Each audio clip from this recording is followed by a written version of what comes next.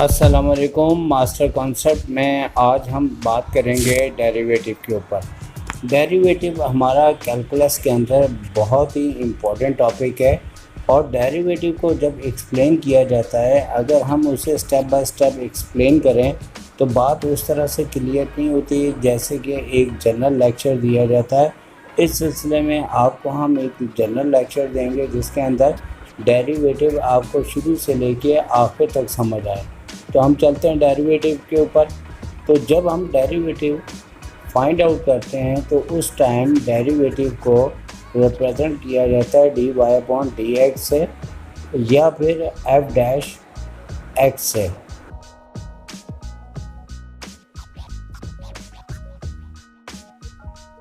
और इसी तरह अगर fx दिया हो तो वो y को रिप्रेजेंट करता है।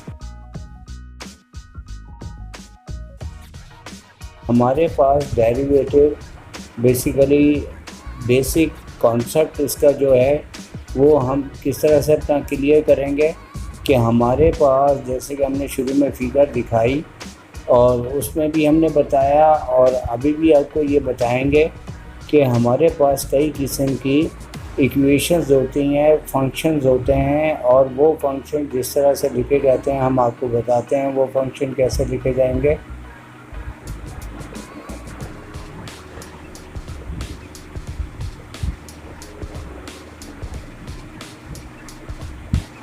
और हमारे पास ये एक क्यूबिक फंक्शन है और जिसमें हमारे पास इक्वेशन ax³ से स्टार्ट हो रही है।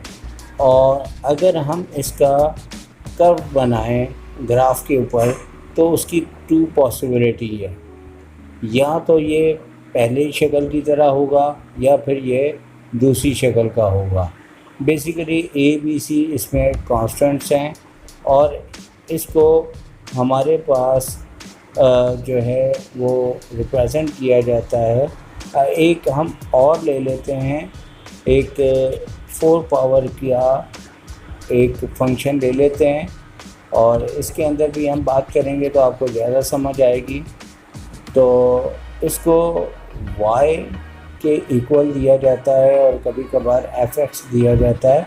और अगर हम पहले वाले कर्व को रिप्रेजेंट करें तो उसकी भी 2 पॉसिबिलिटी हैं, लेकिन उसके अंदर या तो कर्व हमारा जो है वो पहली शेप की तरह बनेगा या फिर दूसरी शेप की तरह बनेगा। लेकिन इसी तरह एक और हम ले लेते हैं ताकि आपको सारे इसके बेसिक कॉन्सेप्ट समझ आ सकें और मालूम चला आपको कि क्या इसके कॉन्सेप्ट्स हैं। तो बेसिकली जब भी हमें कोई फंक्शन दिया जाता है यहाँ तो उसे fx कहा जाता है या फिर उसे y से रिप्रेजेंट करते हैं, जैसे कि हमने ऊपर लिखा हुआ है कि y यहाँ fx बार। फंक्शन का मतलब होता है कि किसी का कोई भी पावर के साथ दिया जाता है।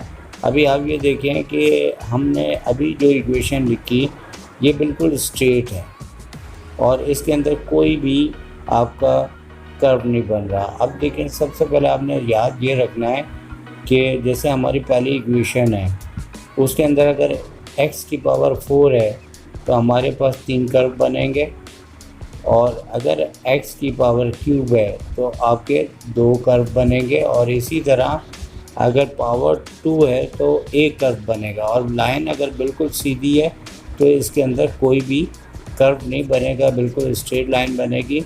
तो याद ये रखें कि x की पावर जब भी कोई फंक्शन देते हैं जो पावर हो उससे 1 कर्व कम बनता है। और चूँकि आपको पता है मैट्रिक के ग्राफ में बिल्कुल स्ट्रेट लाइन होती थी और इस सारे प्रोसेस को जब हम डेरिवेटिव लेते हैं तो बेसिकली कहा जाता है रेट ऑफ चेंज। तो बहुत से बच्चे इस बात को एक्सप्लेन नहीं कर पाते और बेसिकली हम आपको ये भी बताएं कि अगर हम शक्ल नंबर 1 के तहत जब 3 कर्व बनते हैं और उसका डेरिवेटिव लें तो 1 कर्व हमारे पास कम हो जाता है और सेकंड में 1 कर्व और कम हो जाएगा। जैसे पावर 3 कर्व हैं तो हमारे 2 कर्व रह जाएंगे और जैसे जैसे हम डेरिवेटिव लेते जाएंगे, फर्स्ट डेरिवेटिव फिर सेकंड फिर थर्ड डेरिवेटिव लेंगे तो थर्ड डेरिवेटिव लेने के बाद हमारे एक कर्व रह जाएगा। ये डेरिवेटिव के बाद है जिसे रेट ऑफ चेंज कहा जाता है। और लास्ट में अगर एक्स स्क्वायर का फंक्शन हो और अगर हम उसका डेरिवेटिव लें तो वो बिल्कुल स्ट्रेट लाइन हमारे पास बन जाती है।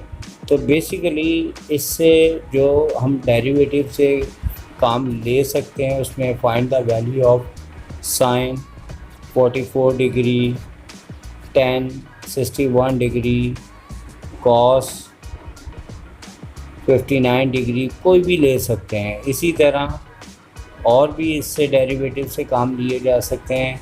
और जैसे रूट के अंदर 4.1 अगर हो नंबर, रूट के अंदर 9.3 हो, कोई भी नंबर ले सकते हैं। लेकिन जैसे 16.2 है और 9.9 दिया हो, कुछ भी लिया जा सकता है। ये भी हम डेरिवेटिव से फाइंड आउट कर सकेंगे। इसी तरह लॉग के अंदर कोई वैल्यूज़ दी जाए वो फाइंड आउट कर सकती है। लेकिन ये याद रहे कि तमाम अप्रॉक्सीमेटली वैल्यूज़ निकलती हैं, एक्यूरेट नहीं होता, इसमें थोड़ा सा एरर आ जाता है। और हम इसके बारे में आपको सारे जो डेरिवेटिव के रूल्स हैं, उसके स्टेप्स हैं, वो स्टेप बाय स्टेप एक्सप्लेन करेंगे। लेकिन अभी आप ये देख लें कि अगर हम डेरिवेटिव के मीनिंग पूछें तो एक्सप्लेन बच्चा यही करता है कि ये रेट ऑफ चेंज है और आपको एफ और वाई का फंक्शन दिया होता है। तो जब डेरिवेटिव लेते हैं तो उसके अंदर हमारे पास एक पावर कम होते हुए हमारे कर्व के अंदर चेंजिंग आती है और एक कर्व हर डेरिवेटिव पे कम हो जाता है। और भी चैप्टर नंबर 5 के अंदर एप्लीकेशन ऑफ डेरिवेटिव के अंदर भी हमें पता लगेगा कि बल्कि ये जो क्वेश्चन मैंने आपको यहाँ लिख के बताए हैं ये सारे 5 चैप्टर एप्लीकेशन ऑफ डेरिवेटिव से रिलेटेड है। ये आज का जो बेसिक कॉन्सेप्ट था, इसका मकसद सिर्फ ये था कि आपको डेरिवेटिव के बारे में इल्म हो सके। बड़ी क्लासेस में जाएंगे आप, जब इंजीनियर्स बनते हैं तो डेरिवेटिव और आगे एक टॉपिक है इंटीग्रेशन। ये दोनों बहुत ही ज़्यादा हमारे बुक्स के अंदर इन मेथड को यूज़ किया जाता है, इससे बहुत से काम लिए जाते हैं। और उस वक्त तक इजाज़त दीजिए। टेक केयर, अल्लाह हाफ़िज़।